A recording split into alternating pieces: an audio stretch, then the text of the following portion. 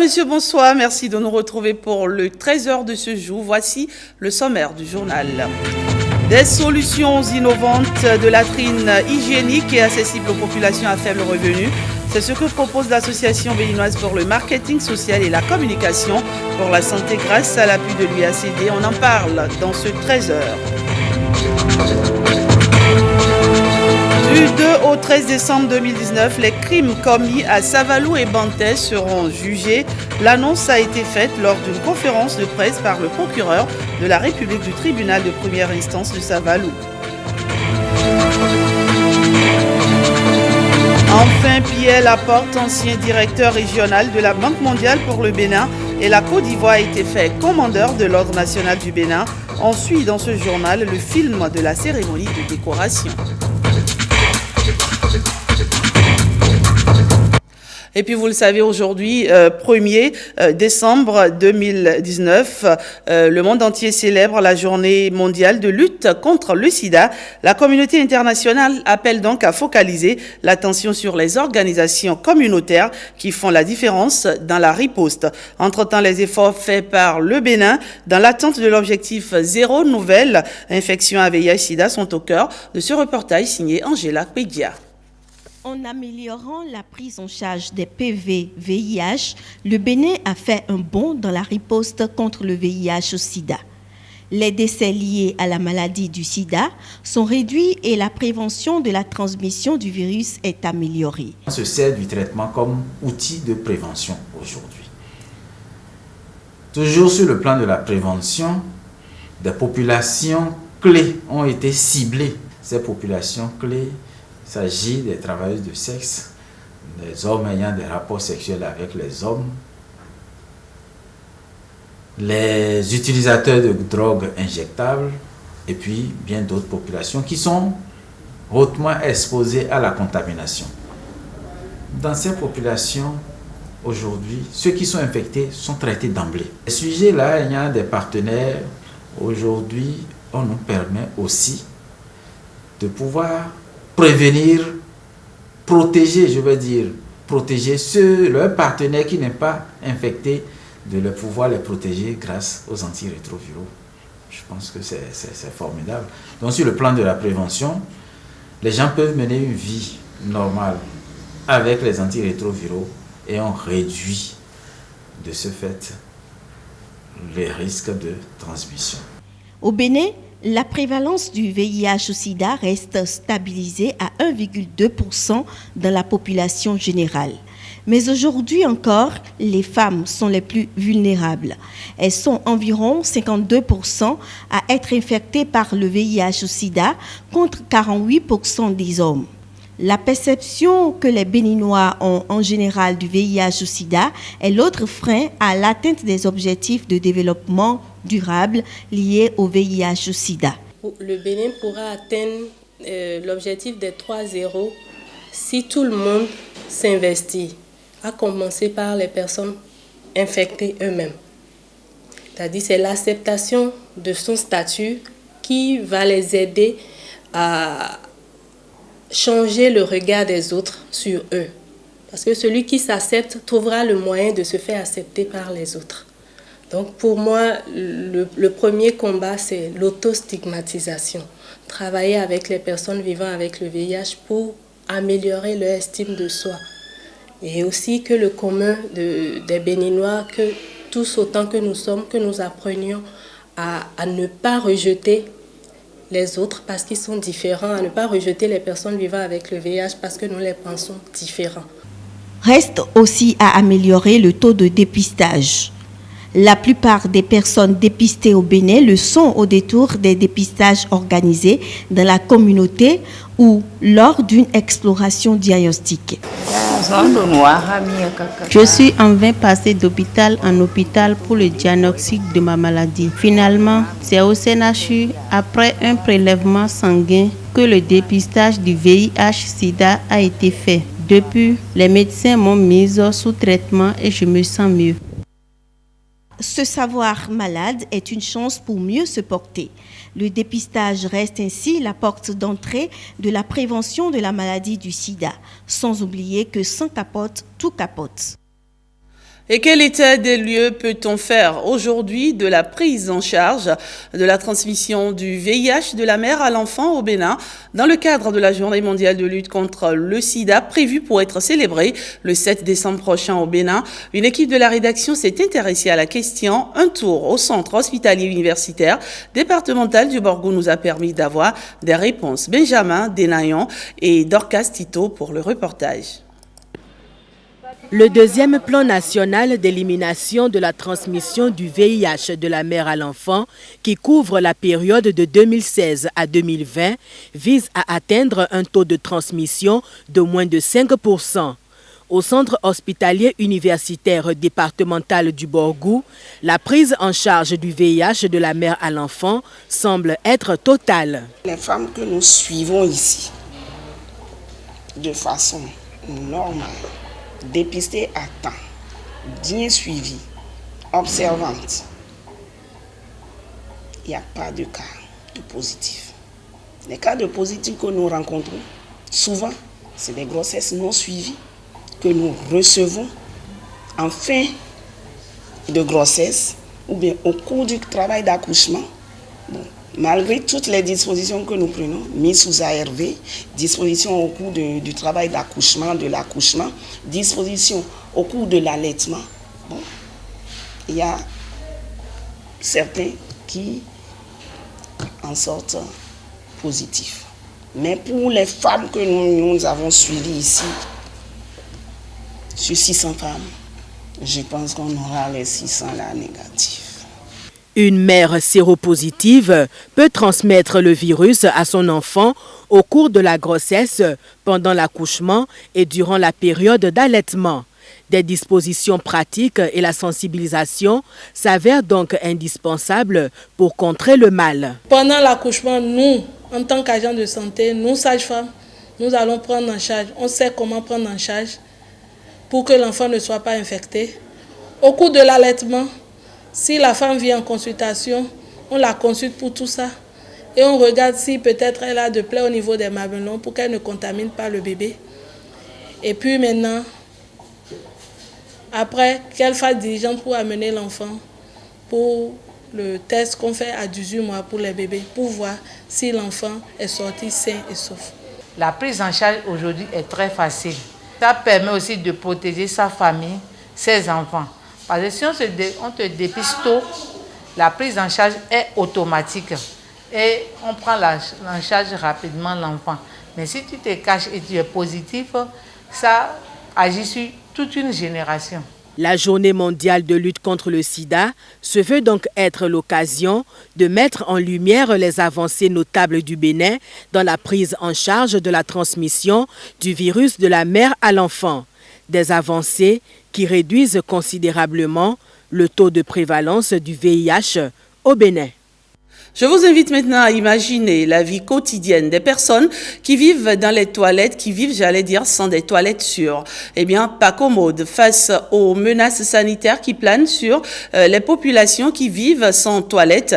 L'Association béninoise pour le marketing social et la communication pour la santé, grâce à l'appui de l'USAID, propose des solutions innovantes de latrines hygiéniques et accessibles aux populations à faible revenu. C'est à la faveur de la Journée mondiale des toilettes commémorée ce 28 novembre à Boïkan. Ronald Robinson et Théodore Gandieko.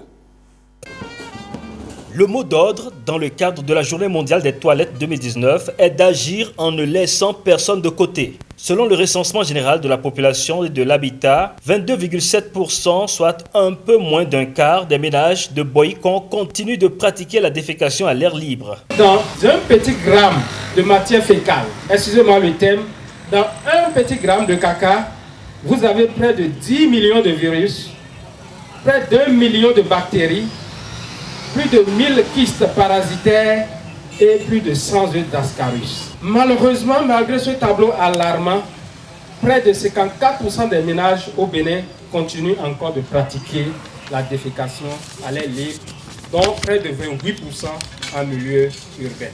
L'USAID, à travers le projet Sanitation Services Delivery, SSD, propose en partenariat avec le secteur privé des solutions de latrines modernes, désirables, hygiéniques et adaptées aux ménages à faible revenu. L'initiative est soutenue par les autorités locales. Près de 892 toilettes ont été vendues par les micro-entrepreneurs W. Mi-mai, je ne saurais finir sans réitérer notre disponibilité totale à accompagner toutes les initiatives de ce projet pour le bonheur des populations de Boïcon. Qu'il me soit permis ici de remercier le maire de la commune de Boïcon et aussi le gouvernement béninois qui, à travers le ministère de la Santé, le ministère de l'Eau et celui du cadre de vie, s'est activement impliqué dans l'exécution efficace du projet Sanitation Service Delivery. Prestation de services d'assainissement en français. Je voudrais aussi et surtout remercier le bailleur de fonds, l'USAID, qui nous a permis de mettre en œuvre le projet SSD au Bénin. Ma gratitude va également au conseil communal de Boïcon qui n'a ménagé aucun effort pour nous accompagner dans cette initiative. Implémenté également au Ghana et en Côte d'Ivoire, ce projet, en moins de 3 ans, a impacté 50 000 personnes au Bénin, dont plus de 3 800 personnes à Boïcon, avec des produits d'assainissement mis à disposition par des artisans qu'il a formés et équipés. Lorsque vous avez déjà une latrine, on vient chez vous, nous allons enlever l'ancien pot. Ce n'est pas le pot sanitaire. Nous enlevons le pot ordinaire et nous plaçons notre pot de WC mimé. Et puis vous n'aurez plus problème d'insectes ni d'odeur. Les travaux chez nous vont très vite parce que tout ce que nous utilisons sont préfabriqués. Dans l'intervalle de 4 jours au maximum, tout le travail est fait et le confort est là. Je vous dis, je l'ai installé.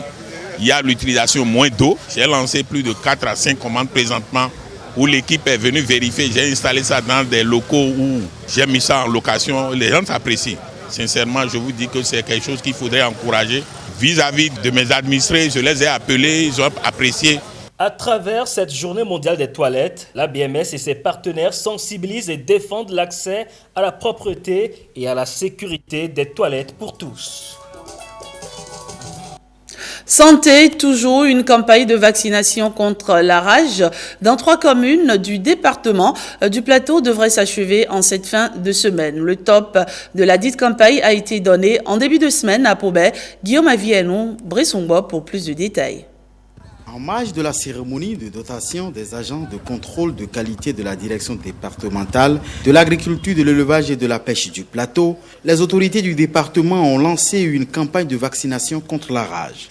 La rage est une maladie, une zoonose, comme ça se dit communément. Donc une maladie qu'on peut retrouver au même moment chez les animaux de compagnon tels que le chien, le chat, le singe et chez les hommes, par morsure et par d'autres moyens de contact du virus par le sang. Sont concernés par ces opérations de vaccination 3 communes du département du Plateau, Pobet, Sakété et Ifang. Les dites opérations vont être conduites avec un mode opératoire précis. Les mandataires, avec la collaboration de la DDAP, ont mis en place des équipes qui doivent les appuyer. Des points ont été identifiés par commune et en collaboration avec les maires de chaque commune, les chefs d'arrondissement et les chefs de village. Les animaux en question pourront être déplacés pour que les agents vaccinateurs puissent mener leurs activités. Le souhait des autorités du département du Plateau, vacciner le maximum possible d'animaux de compagnie.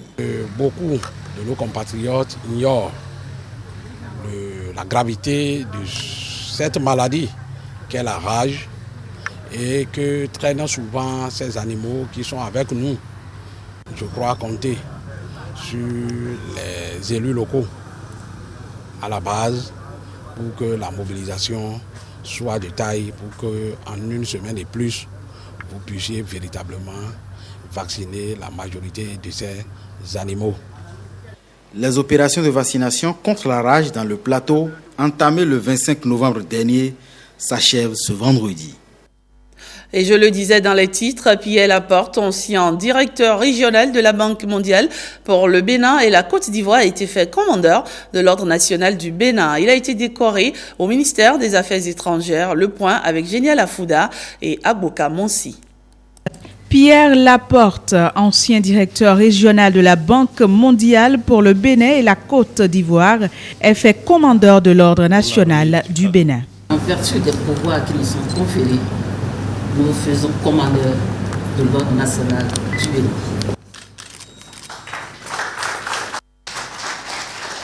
La cérémonie fort symbolique témoigne des qualités de l'homme d'origine séchelloise. Il a été, comme moi, ministre de l'économie et des finances. Pierre Laporte est passé au Fonds monétaire international, où il a été notamment représentant résident pour le Fonds monétaire au Niger. Je veux souligner notamment le gros travail que nous avons fait avec le ministre de cadre de vie ici sur l'assainissement pluvial, où nous avons fait une table ronde qui a été bouclée en un temps record, le reprofilage de la dette qui a été fait avec le ministre de l'économie et des finances. L'impétrant, reconnaissant de l'honneur que lui fait le Bénin, exprime ici toute sa gratitude. Je tiens à vous remercier et à vous encourager, chers partenaires, pour le bien-être des Béninois, à continuer à vous surpasser et rester motivés pour accompagner le Bénin dans la voie de son développement. Pierre Laporte vient d'être nommé au poste de directeur régional des opérations de la Banque mondiale pour le Ghana, le Libéria et la Sierra Leone. Dans un tout autre registre, l'école africaine des métiers de l'architecture et de l'urbanisme, longtemps restée une référence, doit aujourd'hui assurer sa pérennité. La 37e session du conseil d'administration des États membres de l'école porte sur les différentes pistes à explorer pour maintenir le cap. Les travaux ont été lancés ce vendredi. C'était en présence de Edmond Hongbo et Herman Rodrigue Amega. 43 ans. 1200 cadres de haut niveau formés au métier de l'architecture et de l'urbanisme.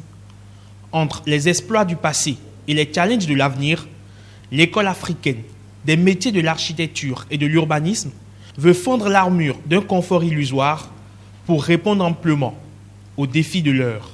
La tenue de cette 37e session du conseil d'administration constitue un tournant décisif dans la phase de mutation de l'institution, notamment son adoption du système LMD et son positionnement en tant qu'école de référence dans les pays africains. Une école qui dresse le pont entre l'Afrique centrale et occidentale, fruit de la coopération entre 14 nations. Il n'est point question d'aplanir le chemin à sa déchéance. Plus encore maintenant, dans un contexte africain où la main-d'œuvre qualifiée en termes d'art de construire et d'aménager est fortement sollicitée. Nous avons en face de nous les ODD 11, des villes sûres, inclusive, résiliente et durable, dans un contexte de changement climatique qui se fait de plus en plus difficile, où les exigences d'une planification climat et surtout d'une gestion d'infrastructures devraient nous amener à accroître fondamentalement la résilience de nos villes et offrir un meilleur cadre de vie à nos populations. Nous pensons que si les hameaux n'est pas capable de répondre à ce défi que toute l'Afrique attend d'elle, elle devrait se remettre en question. Ensemble, ils vont poser les jalons d'une restructuration de les hameaux. Les assises de Cotonou se présentent comme un repère pour redresser une courbe qui semble décliner. Et puis une dizaine de motos tout-terrain viennent d'être remises officiellement aux agents chargés du contrôle de la qualité de la direction départementale de l'agriculture, de l'élevage et de la pêche du plateau. Il s'agit d'une dotation en moyen roulant pour les rendre plus performants. La cérémonie a été présidée par le préfet du plateau, Valais Seton Noubo, Guillaume Avienou et Brice Hongbo. Le préfet du département du Plateau enfourche l'une de la douzaine de motos que le ministère de l'Agriculture, de l'Élevage et de la Pêche met à la disposition des agents de contrôle de la qualité opérant pour le compte des 5 communes du département du Plateau. Ce jour est un grand jour pour tous les agents. Et vous-même, vous le constatez avec fierté, monsieur le préfet et monsieur le directeur. Et tous les agents que vous voyez devant vous sont fiers de la dotation de ces moyens roulants. Ce ouf de soulagement se justifie en fait. Ces agents chargés de contrôler la qualité des produits d'origine animale halieutiques et végétales ont en effet besoin de moyens roulants adaptés au relief de la région du plateau pour quadriller la zone avec pour objectif faire remonter aux instances décisionnelles au niveau départemental de ce ministère les informations relatives aux pressions phytosanitaires. Je suis sûr qu'après ce pas, il y aura encore d'autres grands pas pour couvrir tous les agents de contrôle en moyen de déplacement et pour rénover les matériels roulants des structures déconcentrées, décentralisées que sont les DDAEP et les ATDA. Le département sera quadrillé, sera suffisamment quadrillé, le contrôle sera mieux opéré, les pépineries pirates de palmiers à huile seront traquées à travers ces matériels de transport. La première autorité politico-administrative du département du Plateau accueille cette déclaration comme un engagement de la direction départementale de l'agriculture, de l'élevage et de la pêche à accompagner les réformes lancées dans le secteur. En réalité, la base même de notre économie, c'est l'agriculture.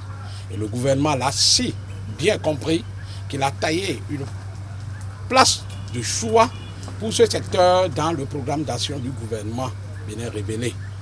Aujourd'hui, je crois que, vu la quantité et la qualité des produits qui sortent de notre département, petit département, le gouvernement en a fait dans ses réformes un pôle agricole à part entier.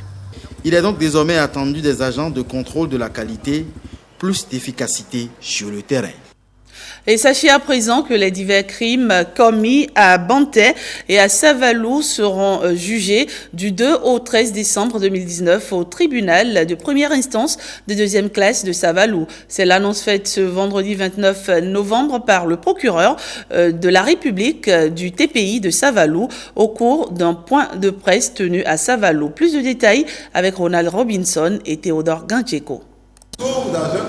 Ousmane Aledji, procureur de la République du tribunal de première instance de Savalou, annonce solennellement l'ouverture officielle de la première session criminelle pour ce 2 décembre 2019. C'est dans un contexte de réforme où le législateur a modifié le code de procédure pénale et instauré le principe de double degré de juridiction en matière criminelle en supprimant la cour d'assises. Désormais, les tribunaux de première instance connaissent en premier ressort les dossiers relatifs aux crimes et ce, conformément aux dispositions de l'article 249 nouveau à son alinéa 1er du Code de procédure pénale qui crée dorénavant au sein des tribunaux de première instance une chambre criminelle avec une plénitude de pouvoir pour juger en premier ressort les personnes renvoyées devant elle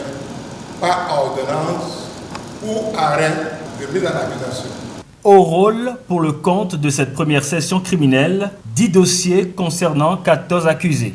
Des dossiers reflétant les réalités socio-criminelles de Savalou et de Bantais, deux communes sous la juridiction du tribunal de première instance de Savalou. Il est à préciser que parmi les dossiers, il y a un dossier de coups et blessures volontaires ayant entraîné une infirmité permanente, un dossier de séquestration et extorsion de fonds aggravés, un dossier de viol sur mineur de moins de 10 ans, 3 dossiers de coups mortels, 2 dossiers de meurtre et de complicité de meurtre, un dossier de trafic d'organes ou d'ossement humain, un dossier d'assassinat et de recel de cadavres. Soucieux de la quiétude et de la sécurité des populations de Savalou et de Bantais, le procureur de la République les invite du lundi 2 au vendredi 13 décembre à assister aux diverses audiences prévues en vue de s'informer sur le mécanisme judiciaire et tirer des leçons des situations à passer en jugement. Venons-en à cette politique du gouvernement béninois qui est en campagne contre les feux tardifs. Le ministère du Cadre de vie et de développement entend ainsi préserver la biodiversité des populations. Pourquoi encourager les feux précoces en début de la saison sèche? Élément de réponse dans ce reportage signé Nestor Sella et Giscard Akovi. Le gouvernement béninois dit non aux feux tardifs et opte pour les feux précoces afin de préserver la biodiversité nationale des plantations.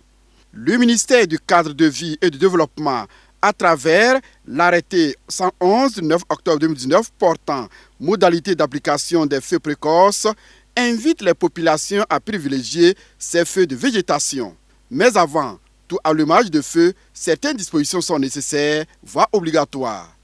Les dispositions pratiques, c'est d'abord d'ouvrir les pare-feux autour de nos biens, nos cultures, nos habitations, nos plantations, des pare-feux assez larges, 6 à 10 mètres de largeur, pour éviter que le feu allumé ailleurs n'atteigne notre bien.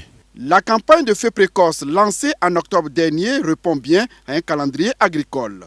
L'arrêté au niveau national, globalement la période d'allumage des feux pour cette campagne est fixée 15 octobre 2019 au 15 janvier 2020, répartie bien évidemment selon les départements. Il y a les départements qui sont très secs, tels que la Liborie, la Takora, où les feux, à l'instant où nous parlons depuis octobre, on enregistre des foyers de feu. Et les départements du sud, où on peut aller jusqu'au 15 janvier. Maintenant, ce qui concerne notre département, le département du Borgo, la période d'allumage arrêtée, selon les dispositions de l'arrêté 111, c'est du 1er novembre au 31 décembre 2019. Voilà qui est bien dit. Tout feu de brousse allumé après le 31 décembre de l'année est considéré comme feu tardif. Et les défenseurs de l'environnement disent non à cette pratique et pour cause.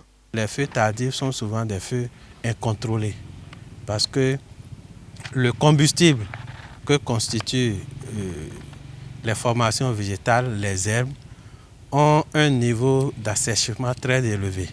En conséquence, le feu est très fort, ardent, on n'arrive plus à le contrôler et au même moment a un impact sur la diversité biologique, les arbres, même au sol, et laisse le sol complètement nu.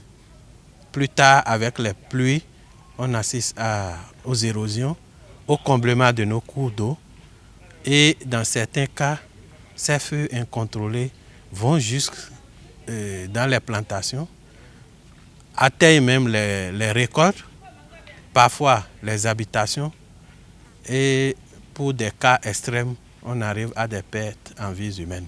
Face au risque d'incendie de plus en plus élevé, selon le premier responsable de l'inspection forestière du Borgou, il devient alors urgent de mieux comprendre l'impact des feux sur la biomasse végétale. Parlons maintenant du partenariat entre la Chine et le Bénin. Il brille de 1000 couleurs depuis quelques jours. Des artistes plasticiens des deux peuples exposent ensemble leurs œuvres au Centre culturel chinois de Cotonou. Occasion d'échanges sur les techniques de travail, mais aussi de brassage culturel. Rencontre, c'est le nom de cette exposition dont le vernissage a eu lieu en présence de Daniel Ada et Nicanor Koovi. Une chaumière sous le ciel bleu, un paysage de campagne, des coins de Chine emprisonnés dans la toile et mis en spectacle dans cette exposition. Ici, au Centre culturel chinois de Cotonou, les pinceaux se croisent dans une rencontre de couleurs.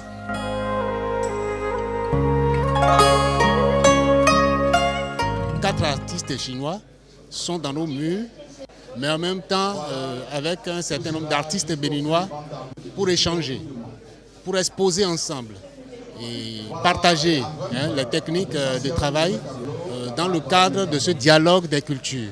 Le contraste de réalité est clivant. dans ce dialogue des cultures.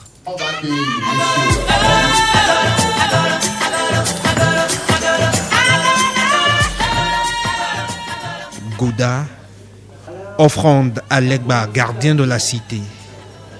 Ici, les maîtres béninois opposent leur spiritualité au surnaturel chinois et le public en raffole.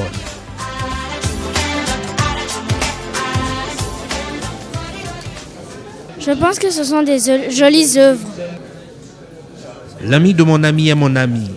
Le titre de cette série de toiles de la chinoise Zhang Huahua. Plus loin, des représentations de la condition humaine qui bouleversent le visiteur. Tout autant que l'intime réalité de ce nu africain devant un mur voyant. À observer chaque toile, nous lisons la personnalité de chaque artiste. C'est ça qui crée encore la richesse de cette exposition. Sensation d'extase devant la richesse chromatique de cette rencontre fascinante. Sans nul doute, un témoignage de l'universalité de l'art, pris ici dans un étau de métissage, façon Chine, façon Bénin. Voilà, c'est fini pour ce 13h. Je vous remercie de l'avoir suivi. Bonne suite des programmes sur la télévision nationale.